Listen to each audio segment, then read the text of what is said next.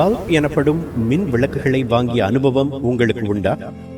அப்படி வாங்கும்போது எத்தனை வாட் சக்தி கொண்ட விளக்குகள் வேண்டும் என்று கேட்டு வாங்கியிருப்பீர்கள். வாட் என்பது மின்சாரத்தை கணக்கிடும் ஓர் அளவு முறை. வாட் என்பது வரலாற்றில் மிக முக்கியமான இடத்தை பெற்றிருக்கும் ஒரு கண்டுபிடிப்பாளரின் பெயரும் கூட. மனுக்குலத்துக்கு அவரது பங்களிப்பை கௌரவப்படுத்தவே மின்சாரத்தை கணக்கிடும் முறைக்கு அவரது பெயரே சூட்டப்பட்டுள்ளது. அப்படி என்ன முக்கியமான கண்டுபிடிப்பை அவர் செய்திருக்கிறார் என்று நீங்கள் யோசிக்கலாம். அவரது கண்டுபிடிப்பு 17ஆம் நூற்றாண்டில் ஐரோப்பாவில் நிகழ்ந்த இண்டஸ்ட்ரியல் ரெவல்யூஷன் எனப்படும் தொழிற்புரட்சிக்கு ஆணிவேராக இருந்த ஒரு கண்டுபிடிப்பு. இயந்திர சக்தியின் மகிமையை உலகுக்கு எடுத்து காட்டிய ஓர் அற்புத கண்டுபிடிப்பு. உலகம் தொழில்மயமாவதற்கு உதவிய ஓர் அபூர்வ கண்டுபிடிப்பு. நீராவி என்ற இயற்கை சக்திக்கு கடிவாளமிட்டு அதனை மகத்தான சக்தியாக மனுக்குலத்துக்கு தந்த அந்த வரலாற்று நாயகரின் பெயர் ஜேம்ஸ் வாட். அவர் கண்டுபிடித்து தந்த கருவி ஸ்டீம் என்ஜின் எனப்படும் நீராவி இயந்திரம். 1736ஆம் ஆண்டு ஜனவரி மாதம் 19ஆம் தேதி ஸ்காட்லாந்தில் கிரீனாக் எனும் ஊரில் பிறந்தார் ஜேம்ஸ் வாட். அவரது குடும்பம் ஏழ்மையான குடும்பம். அந்த காலகட்டத்தில் ஆங்கிலேயர்கள் ஸ்காட்லாந்தில் அடிக்கடி ஆக்கிரமிப்பு செய்ததால் நாட்டின் பொருளாதாரமும் மோசமான நிலையில் இருந்தது. அத்தியாவசிய பொருட்களின் விலைகள் அதிகமாக இருந்தன. ஜேம்ஸ் வாட்டுக்கு வரைவது என்றால் அதிக ஆசை. ஆனால் வரைவதற்கு தாழ் வாங்கி தரக்கூட முடியாத நிலையில் குடும்பம் இருந்தது. அதனால் வீட்டின் தரையிலெல்லாம் ஆசை தீர வரைந்து தள்ளுவார் ஜேம்ஸ் வாட். அவர் வரைந்தவையெல்லாம் என்ன தெரியுமா? வட்டங்களும் முக்கோணங்களும் சதுரங்களும் கொண்ட கணித சம்பந்தமான படங்கள். பிறந்ததிலிருந்தே உடல் ஆரோக்கியமில்லாமல் இருந்தார் ஜேம்ஸ் வாட். எப்போதும் இருமிக்கொண்டே இருப்பார். ஸ்காட்லாந்தில் குளிர்காலம் வந்தால் அவரது நிலை இன்னும் மோசமாகும். அந்த நேரங்களில் அவரை பள்ளிக்கு அனுப்ப மாட்டார் தாயார். பள்ளிக்கு சென்ற நாட்களில் அவருக்கு ஜியாமெட்ரி என்ற கணித கோரில் அதிக ஆர்வம் இருந்தது. அவர் பொறியியலில் சிறந்து விளங்க அது ஒரு முக்கிய காரணம். அந்த காலத்தில், அதாவது சுமார் 250 ஆண்டுகளுக்கு முன்னால் இங்கிலாந்து எப்படி இருந்தது தெரியுமா? எங்கும் அமைதியும் நிசப்தமுமாக இருக்கும். நகர்ப்புறங்களில் குதிரைகளின் குளம்பொலியும் அவை இழுத்துச் செல்லும் வண்டிகளின் சக்கர ஒலியும் தான் கேட்கும். கிராமப்புறங்களில் ஆற்றில் நீர் இறைக்கும் சக்கரங்களின் ஒலி கேட்கும். கண்ணுக்கெட்டிய தூரம் வரை வயல்வெளிகளும் காடுகளும் தான். அங்கொன்றும் இங்கொன்றுமாக சிறு சிறு தொழிற்சாலைகள் இருந்தன. அங்கையெல்லாம் உடல் உழைப்பினால் பொருள்களை உற்பத்தி செய்தார்கள். புலி, லிவர் ஆகியவற்றால் இயங்கக்கூடிய ஒரு சில இயந்திரங்கள் இருந்தன. ஆனால் அவற்றை இயக்கவும் மனித சக்தி தேவைப்பட்டது.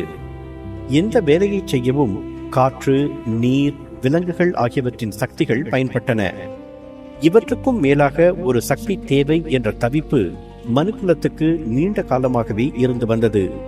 மனுக்குலம் தேடி வந்த அந்த சக்தி நீராவிதான் என்பதை உலகுக்கு நிரூபித்தவர் ஜேம்ஸ் வாட். அவருக்கு முன்பாகவே 1698 தாமஸ் சவேரி என்பவர் நீராவியை கொண்டு தண்ணீரை இறைக்கும் ஓர் எளிய கருவிக்கான காப்புரிமம் பெற்றிருந்தார். அந்த கருவியில் சில மாற்றங்களை செய்து சற்று மேம்பட்ட நீராவி இயந்திரத்தை 1712ஆம் ஆண்டு உருவாக்கினார் தாமஸ் நியூகோமன் என்ற ஆங்கிலேயர். ஆனால் அவையெல்லாம் நிலக்கரி சுரங்கத்திலிருந்து தண்ணீரை இறைக்கும் அளவுக்குத்தான் சக்தி கொண்டவையாக இருந்தன. 1764ஆம் ஆண்டு தாமஸ் நியூகோமனின் நீராவி இயந்திரத்தை பழுது பார்க்கும் வாய்ப்பு ஜேம்ஸ் வாட்டுக்கு கிட்டியது. அப்போதுதான் அவருக்கு நீராவி சக்தியின் மேல் ஆர்வம் ஏற்பட்டது. படிப்பு முடிந்து லண்டனுக்கு வந்த ஜேம்ஸ் வாட் ஓராண்டுக்கு விஞ்ஞான கருவிகள் செய்யும் ஒரு நிறுவனத்தில் பயிற்சி பெற்றார். பின்னர் ஸ்காட்லாந்து திரும்பிய அவருக்கு கிளாஸ்கோ பல்கலைக்கழகத்தில் இயந்திர கருவிகள் தயாரிக்கும் பொறுப்பு கிட்டியது. அப்போது தாமஸ் நியூகோமன் உருவாக்கியிருந்த நீராவி இயந்திரத்தை பழுது பார்த்து தருமாறு பல்கலைக்கழகம் அவரை கேட்டுக்கொண்டது. அந்த கருவியில் நிறைய குறைகள் இருந்ததை உணர்ந்தார் ஜேம்ஸ் வாட். குறிப்பாக அது அதிக சக்தியை விரயமாக்கியது. விஞ்ஞான கருவிகள் செய்யும் பயிற்சியும் இயற்கையிலேயே அவருக்கு இருந்த கற்பனா சக்தியும் கைகெடுக்க ஜேம்ஸ் வாட் நீராவி இயந்திரத்தில் பல முக்கியமான மாற்றங்களை செய்தார். 1781 சக்கரம் பொருத்தப்பட்ட ஓர் அமைப்பையும் பிஸ்டனை மேலும் கீழும் இயக்கும் ரோட்டரி முறையையும் உருவாக்கி காப்புரிமம் பெற்றார். அந்த மாற்றங்களால் அந்த இயந்திரத்தின் சக்தி பன்மடங்கு பெருகியது. அந்த மாற்றங்களை கொண்டு வர கடுமையாக உழைத்தார் ஜேம்ஸ் வாட். சிறு வயதிலிருந்தே அவர் ஆரோக்கியமற்று இருந்ததால் அந்த காலகட்டத்திலும் அவர் அடிக்கடி நோய்வாய்ப்பட்டார். வேலையில் முழுமையாக ஈடுபட முடியவில்லை.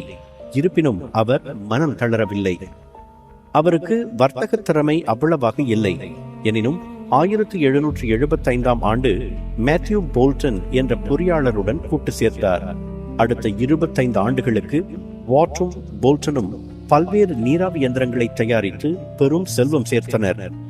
நீராவி இயந்திரத்தை மட்டுமின்றி வேறு சில கண்டுபிடிப்புகளையும் செய்தார் ஜேம்ஸ் வாட். இயந்திரத்தின் வேகத்தை கட்டுப்படுத்த உதவும் சென்ட்ரிஃபியூகல் கவர்னர் என்ற கருவியையும் பிரஷர் கேஜ் என்ற அழுத்த மானியையும் அவர் கண்டுபிடித்தார். ஜேம்ஸ் வாட் கண்டுபிடித்து தந்த நீராவி இயந்திரம் மனுக்குலத்துக்கு கிடைத்த பெரிய வரப்பிரசாதமாக அமைந்தது. பல தொழில்களுக்கு உகந்தவாறு நீராவி இயந்திரங்கள் உருவாக்கப்பட்டன. அதுவரை மனிதன் மற்றும் விலங்குகளின் தசை வலிமையையே நம்பியிருந்தது தொழில் உலகம். ஜேம்ஸ் வாட்டின் நீராவி இயந்திரம் வந்த பிறகு நெசவாலைகள் முதல் உற்பத்தி ஆலைகள் வரை இயந்திரமயமாயின. உற்பத்தி பன்மடங்கு பெருகியது. அதனால்தான் இண்டஸ்ட்ரியல் ரெவல்யூஷன் எனப்படும் தொழிற் புரட்சிக்கு மிகப்பெரிய பங்களிப்பை செய்தவர் என்று ஜேம்ஸ் வாட்டை பெருமைப்படுத்துகிறது வரலாறு. ஜேம்ஸ் வாட்டின் கண்டுபிடிப்பு பல துறைகளில் ஊடுருவி இருக்கிறது. 1783 ஆண்டு ஒரு படகில் நீராவி இயந்திரத்தை பொருத்தி அதனை இயக்கினார் மார்க்கிஸ் டி ஜெஃப்ரி எவன்ஸ் என்பவர். 1804 ஆண்டு ரிச்சர்ட் ட்ரிவேத்திக் என்பவர் நீராவி இயந்திரத்தை கொண்டு இயங்கும் ரயில் வண்டியை கண்டுபிடித்தார். அவை இரண்டும் ஆரம்பத்தில் வெற்றியடையாவிட்டாலும் சில ஆண்டுகளில் நீராவி படகும் நீராவி ரயிலும் முறையே கடல் மற்றும் நிலப்போக்குவரவில் பெரும் புரட்சியை ஏற்படுத்தின. நீராவி படகுகள் கடல் அலைகளை வெற்றி கொண்டன. நீராவி ரயில்கள் நிலப்பரப்புகளை வெற்றி கண்டன. ஹார்ஸ் பவர் என்ற அளவு முறையை கேள்விப்பட்டிருப்பீர்கள். அந்த முறையை உலகுக்கு தந்தவரும் ஜேம்ஸ் வாட் தான். ஓர் இயந்திரம் செய்யும் வேலையை ஒரு குதிரையின் சக்திக்கு ஒப்பிட்டு பார்க்கும் முறைதான் அது. ஒரு பலம் வாய்ந்த குதிரை ஒரு சராசரி வேலையை செய்வதற்கு எவ்வளவு சக்தியை பயன்படுத்துகிறதோ அதுதான் ஒரு குதிரை சக்தி. 33,000 பவுண்ட் எடையை ஒரு நிமிடத்திற்குள் ஓர் அடி உயரத்துக்கு தூக்குவதற்கு தேவைப்படும் சக்தியை ஒரு குதிரை சக்தி, அதாவது ஒரு ஹார்ஸ் பவர் என்று நிர்ணயித்தார் ஜேம்ஸ் வாட்.